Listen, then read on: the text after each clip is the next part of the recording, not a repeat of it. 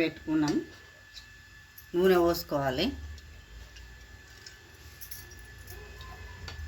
మళ్ళీ జీలకర్ర వేసుకుందాం. పచ్చిమిర్చి,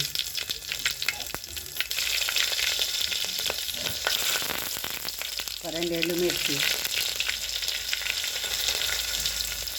కలిగమాకు, ఉల్లిపాయలు, కొంచెం అల్లం వెల్లుల్లి పేస్ట్ వేసుకుందాము. వేసుకోవాలి. ఉప్పు వేసుకుందాం తగినంత. కొంచెం కారము చిక్కా వేసుకొని చూసుకోవాలి, పెరుగు కూర లెక్క. ఇప్పుడు దీంట్లోనే ఉల్లిపాయ నూరి వేసుకుంటే బాగుంటుంది.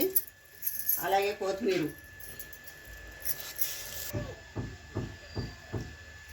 ఇది